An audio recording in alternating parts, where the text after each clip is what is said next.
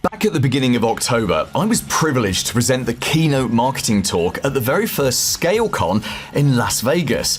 Oh my goodness, that was such good fun, because not only did I get to hang out with loads of other marketing and sales experts from around the world, but there were a couple of hundred MSPs there as well, and I spent 3 days meeting people I've known for years on forums or video calls, but never actually met in real life, as well as meeting brand new friends. Oh, and by the way, they are definitely doing a ScaleCon 25. I will be speaking again, and you should really go to that if you can.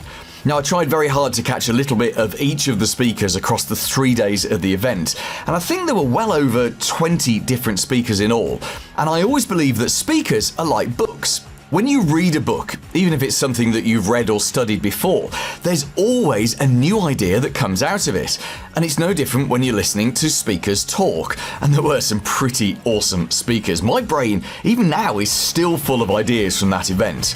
Now, one of the biggest and best ideas was from Nigel Moore from the Tech Tribe. And it's no surprise, really. Nigel is just a stunningly inspirational character. And side note, it was so cool just hanging out with him, catching up with him, only very briefly, but across the 3 days. And then on the third day, he did the final closing keynote, and it was an insanely good keynote.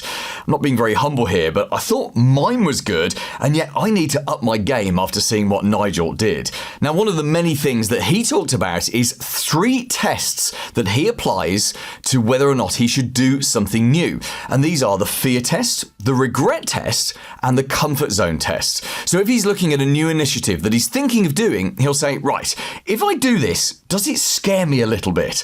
Does it give me a little bit of fear? Fear is good because it shows that you're doing something completely brand new, something you've never done before. If I don't do this, will I regret that when I'm old? And then, of course, the comfort zone test is, will he regret not pushing himself out of his comfort zone?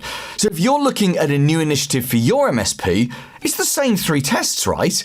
If you do this, will it create some fear? Will it create some regret if you look back in later life and you haven't done it? And will it push you out of your comfort zone?